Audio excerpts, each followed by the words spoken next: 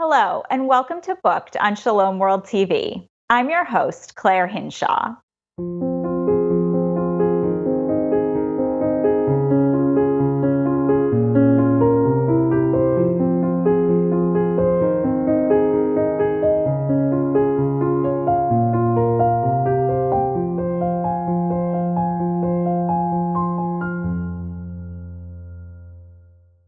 Today we are speaking with Sam and Rob Fatzinger, the authors of A Catholic Guide to Spending Less and Living More. Sam and Rob are the parents of 14 and grandparents of 7, whose financial success story has been featured in publications including The Washington Post, Marketplace.org, Epic Pew, Pathos, Alicia, The Oakland Press, and the Daily Mail, as well as on the Chris Hogan podcast, Girlfriends, and EWTN Pro-Life Weekly. Sam is a homemaker and homeschooler who serves as a principal of St. Peter the Rock Homeschool Tutorial and as a parish, family, retreat, and homeschool coordinator. Rob is a software quality assurance manager at Mantech International.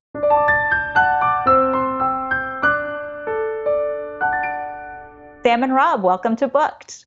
Hi. Hi, thank you. Thanks for having us. Appreciate it. Well, it's great to have you on. And Sam, I'd love to start off talking about a concept that you talk about a lot throughout the book, and that's the idea of good stewardship.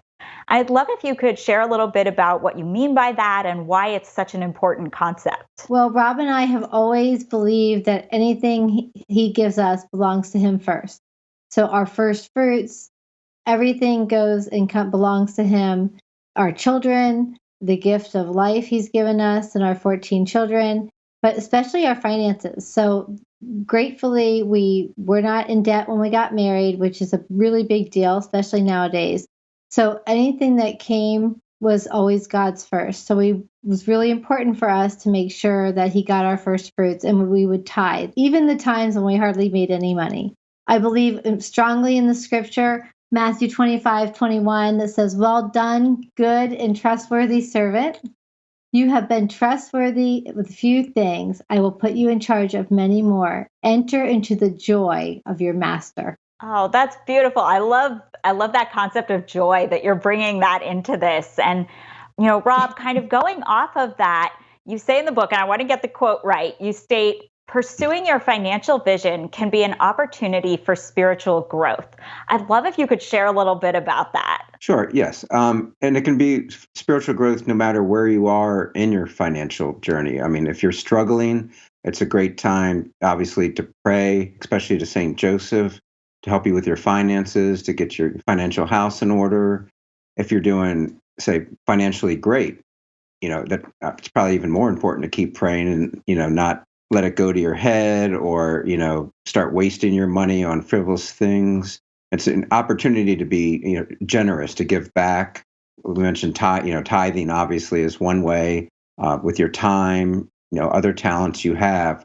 Anytime you're, faithful with your money, you're going to grow, spiritually. It kind of becomes like a circle of, the more you tithe and help other people, the more your spiritual life grows, and that allows you to, be even better stewards with your money. So it's kind of a big circle, and they're interconnected. Yeah. Oh, I love that. And I'm glad you kind of brought in all ends of the spectrum. I hadn't really thought of it in that way, but I suppose the growth, the journey, it can be both a financial journey and a spiritual journey. Yes, yeah. And we started out with nothing, so yeah, it was definitely a journey of both when we first got married with no money. So yeah. And we always joke and say every couple should start off dirt poor, because then you know that it's all God's, and it's so much easier to go from having nothing to, little by little, and trusting that God's going to provide. Oh, I love that. That's so beautiful. Now, switching gears a little bit into kind of the structure of the book, one of the first things that jumped out at me was that you divided it into the first section, which is kind of these big principles of financial freedom. And then in the second section, you kind of zero in on some practical tips to implement to work on financial freedom. Why did you decide to structure the book that way? I'm more practical, I guess. In some ways, I do almost all the finances. I was brought up in a banking family, so I have the practical stuff down, and I like spreadsheets and numbers and the stuff that bores most people. So that the second half of the book is a whole lot of me, and it probably put Sam to sleep, the part I wrote, because she doesn't care about that portion. She trusts me to take care of all the practical stuff, the budgeting and how to pay down debt, which is important. But obviously you need a big overlying vision of principles to guide you in that. I mean, it's not just throwing numbers on a thing. You need to have some principles, which Sam did a lot of that writing on the first section of the book. Yes, and I love how you talked about trust, because not only do we have to trust God, especially in those early years when we were married and we hardly had any money, we had to trust that God was going to provide, even when it was down to the last penny of each month. And then especially trusting each other. I trust Rob to make sure that our finances are straight and that, he knows his spreadsheets and what money goes where. And he trusts me that I'm not going to go out and spend money on things that aren't necessities or things that are aren't within our means. And we've been in different seasons in our life. Now, since the book was published, we now actually have 11 grandchildren, and Rob's retired. So that's really exciting. Oh. And that was a huge, another thing to trust, that Rob could retire at such an early age. And now that we can help with our children, with our grandchildren. And then it brings me, I definitely am more the practical one, being a mom, being frugal always, because I was raised frugally. So I always tell moms when they're like, just give it to me straight. I'd say, remember my name, Sam, and S stands for like saving and simplifying. And we wrote this book during a pandemic and during Lent. So suffering, sacrificing, and those simple things that we can remember. Always buy sales. And then A is for asking for help. Now, of course, that's probably one of the hardest things for people to do. I'm the youngest of 9, and so I'm really good, like little flower Saint Therese, asking for help and asking God. So asking God, asking others, asking your family before you buy something. Like I just would ask around, hey, does anybody have another pair of rollerblades? Does anybody have an extra pair of cleats? And if I can't find some, which 95% of the time I do, then we'll buy it at a thrift store or on sale. And then M is for making a plan and making meals and making do with what you already have. And of course, Mother Mary. So I think we learned during pandemic that the whole world was going to learn how to make do with what we had, because we didn't have a lot of extra. Yeah. Oh, I just have to say, I love that you brought in that trust element in your marriage, because I've heard that financial stress can be one of the biggest issues in a marriage. But the way you talk about it, it sounds like it can also really help to build you up in that relationship. So I love that you shared that. Thank you. And thanks for noticing. Yeah. Well, Sam, something else that I thought was really beautiful in the book was that you incorporated some of your older children who are now out on their own and living their own financial journeys, and you brought in different tips that they had. I'd love to know why you decided to bring them into this project. Well, the funny thing is that really it was through our children that we kind of got found, because people found out that a couple with 14 children who lived in the Washington, D.C. area had children graduating from college debt-free. So the Washington Post did this big article about us, and that's how Ave Maria found out about us, and that's how we got offered this book deal. So yes, our kids really are the ones who should be interviewed, and we are so proud of them. And every year when another one graduates from college and they're graduating debt-free, they're responsible, they're working hard, they're investing money, they're putting it aside. The most exciting news is that just today, our oldest daughter, who has 4 children, just bought a house in our neighborhood. This is her 5th house, and she's 33 years old. So she obviously teaching them to save money and work hard all those years in their life. obviously paid off, especially for her. So we have 8 graduated from college, and our 9th is a senior in college right now. And then our 10th child is a freshman. So they're graduating debt-free because they're going to community college for 2 years, and then they're going to a state school. Sadly, I think we're coming towards the end of our time, but I would like to end on one more practical note. So, Rob, I'll turn to you for this. Okay. You end each chapter with a little bit of homework, and I thought that was so funny, and I'd love to know how you hope your readers can use this, how it will help them in their financial journeys. Yeah, we were talking about trust and the stress, of finances in marriage. So our hope is that couple, if they're married, I mean, the book's written for anybody, but if you're a couple, you would sit down and discuss it with your spouse and, go over your finances, since finances are one of the top 3 causes of marriage breakups. And we also thought, if people wanted to use it for, study guide as in small groups, or just to or if you're just looking at the book yourself, just to reinforce things in your mind and help give you a little bit of practical steps to get, implement what we suggest. Oh, well, I think that's a great idea. Always helps to implement it yourself to really get it in your mind. But, well, thank you so much for being with us. It's been great talking with you.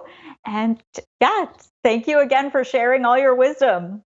Our pleasure. Thanks so much. We had a great time. Thanks for having us. Turn a deaf ear to naysayers. We have had people question our financial lifestyle. People criticize us for not going out to eat more often, for using hand-me-downs, saving too much, and not spending enough in general.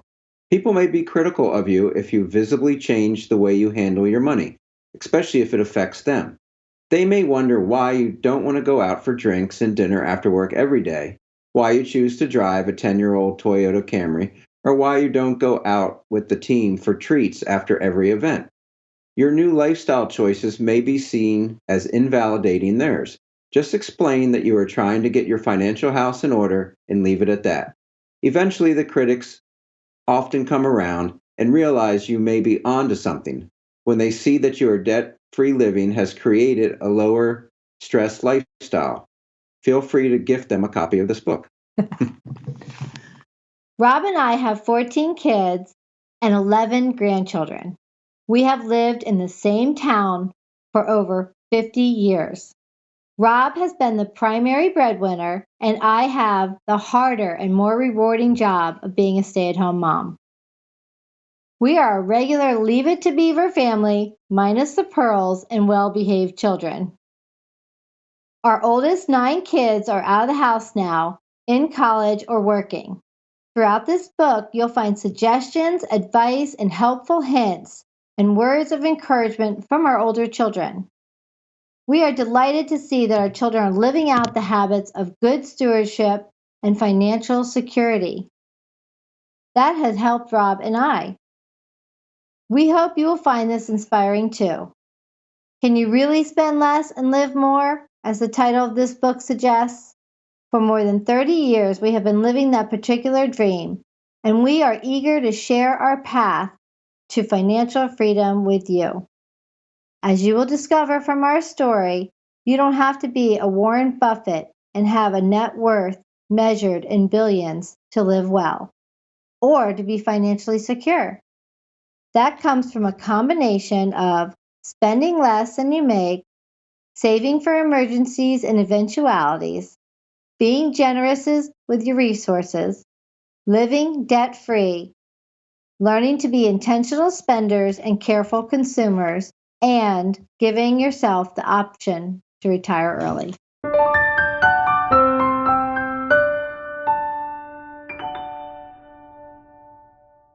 I am the youngest of 9, and I actually was adopted. My older brothers and sisters are not adopted, so I learned that when I walked around and introduced myself as, "Hi, my name's Sam, and I'm adopted," that I got attention. So more and more, I would talk and walk around to get attention. So obviously, words in an early part of my life were very important because it got me attention and it got me communicating with people, which I love. I've always loved interacting with others. So I would use that as my introduction statement, and then we would go from there. And I fell in love with words and reading actually in sixth grade. At the last 15 minutes of every day in sixth grade, our teacher read to us from a book one in a series of books. And I just fell in love with the book. I continued reading the series, and that was decades ago. And I probably read 50 to 100 books a year now because of that teacher.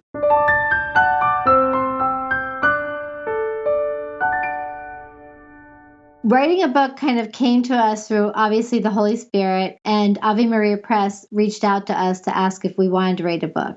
So the research started when we got the phone call, and immediately I went to the Bible. I went to the Lives of the Saints, which I love, and I looked for different words of wisdom about why it's important to be frugal, why it's important to be debt free, why is it important to give God's our money first, and then again, many saints who sacrificed and gave away their money and helped the poor. And I started researching the nuts and bolts more. We were already doing, everything that it worked fine for us, but I wanted to make sure I was giving sound advice and see, what else I could fine tune. So I researched a lot on credit card debt and getting out of debt, different budgeting styles. Temperament. Some people love the nitty gritty and all the numbers. Some people just want a big overview picture of their budget. So we probably spent maybe a month, doing that and working on an outline and going back and forth with the publisher before we actually started, writing the meat of the book.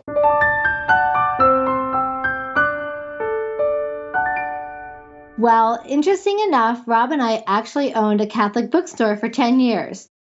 Talk about having to live frugally and not make a lot of money. So we love books. To have to pick out just a couple is really hard. But from the beginning, The Imitation of Christ has always been so amazing, and always my go-to.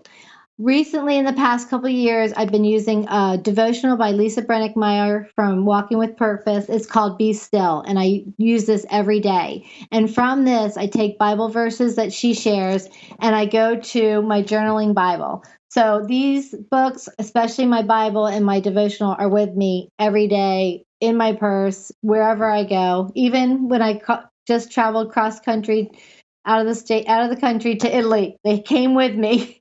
So it's always hard to choose, but those three are a big foundation of who I am today. And I love history, and I also love fiction. So I'll read a lot of fiction books by Flannery O'Connor or Walker Percy. And I like all kinds of history books, especially older history, the Middle Ages during that time frame, books about Queen Isabella or, the Crusades or different, historical books like from a Catholic perspective.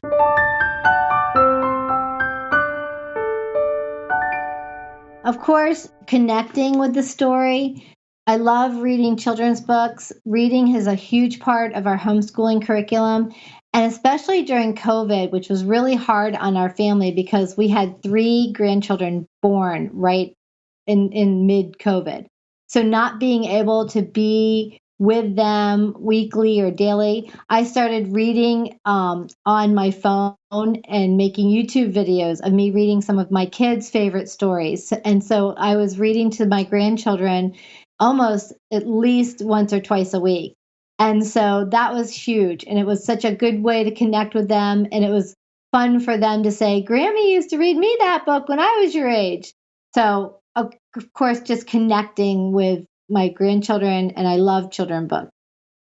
And as I mentioned, I like, history. So I like to learn what people were doing in different time periods and how they thought. And also with fiction, you get a different flavor of how people think and, how the authors think. And it's also a form of escape too. If you're having a rough day, you can go read for an hour and relax and just, get your mind clear. And then the reading, as Sam mentioned, the devotionals like Imitation of Christ and other ones like that to help us grow spiritually also.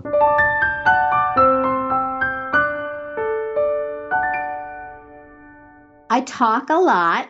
And so what was happening was I was talking a lot as I wrote, and I was writing as I would talk on and on and on. So I would write for about an hour, and then I would give it to Rob to overview and look to see, because he knew what I was trying to say. So poor Rob, he would spend 3 hours rewriting what I wrote in an hour. So I learned how much I appreciate my husband and all the hard work he did to fix our book and to make it presentable so people could actually know what I was trying to say. That's true. Yeah. And fortunately, I've been married so long that I could interpret what she was trying to say and help edit. But she also edited my chapters too to make sure they weren't, they made sense. The ones I could understand. So, but yeah, and one I would say a surprising thing I learned was just how involved it was. You're writing, and you may have said something already in a previous chapter or alluded to it, or making sure you don't contradict yourself, or just everything matches up. That's where a good outline came.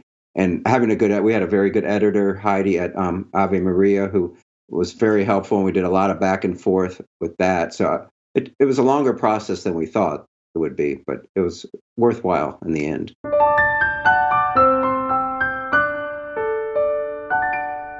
I wanted to talk about Rob and Sam's book, A Catholic Guide to Spending Less, advice from a debt-free family of 16. And I think one of the best things about the book is that it really affirms Christian Catholic couples who are really desiring to be debt-free and financially free and to steward money the way God wants us to steward money. And it really affirmed our efforts, and we just felt not alone because we saw this couple, Rob and Sam, be debt-free with a family of 16. Does our bank account, is it centered around God? Can someone look at our bank account and can tell that it's centered around God? And particularly, and Sam and Rob, they talk about tithing and giving and being generous. But part of that treasure is not just about giving, it's about stewarding our money. And Sam and Rob, and just like in a very effective way, talk about conceptually the reasons why we ought to steward God's money well, because ultimately it's not our money. None of what we own or what we have is ours. The clothes on our back, it's all God's. And so because everything is God's, we have to steward the treasure that God has given us. And so I think they give a very good conceptual why that's important, and then very good practical on how to go about that. I think this book is effective to talk about that practicals, but in a non-boring way. I joke all the time how this book is worth every penny for its comedy. It is really, it's a very funny book. I mean, just the first few pages of the book, Sam talks about how Rob proposed to her, and he says, "Will you marry me?" And she says, "Of course, I'll marry you someday." And Rob says, "No, I mean, let's get married soon, for real. I'm asking you to marry me." And then he continues, Who else is going to give you 10 kids, a dog, and a house with a white picket fence? And she says, "Forget the dog, make it 11 kids," and answer is yes. And it's just little funny things like that are just peppered throughout the entire book. And I found myself just laughing out loud throughout the entire book. There's not many books out there that can make you laugh out loud consistently from cover to cover, and this book definitely did. I guess maybe to conclude, they sell the practicals of good financial stewardship, from saving to getting out of debt to retirement. I mean, Rob is such a nerd. He's the one with the Excel sheet, and he just talks about how to budget and do all these things, and even have practicals on how to save for marriage or how to pay for weddings, how to pay for college. They have very explicit ideas on those things, but it doesn't read like a textbook. It is super fun to read, and I just believe they're onto something. The more Catholics, the more Christians who are financially free and are living in financial freedom and stewarding God's money well, the better it is for the church. The more generous we can be to the church, our parishes, to each other, and ultimately for the next generations to come. Well, thank you for joining us for Booked on Shalom World TV. Coming back next week for another episode. Until then, happy reading.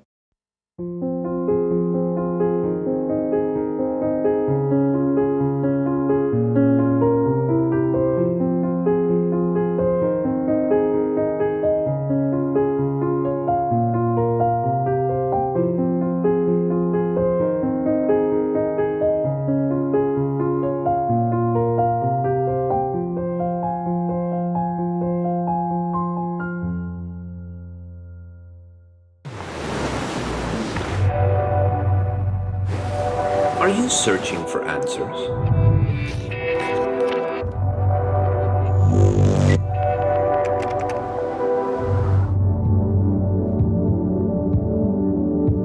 Discover your true identity. Stay tuned to Shalom World.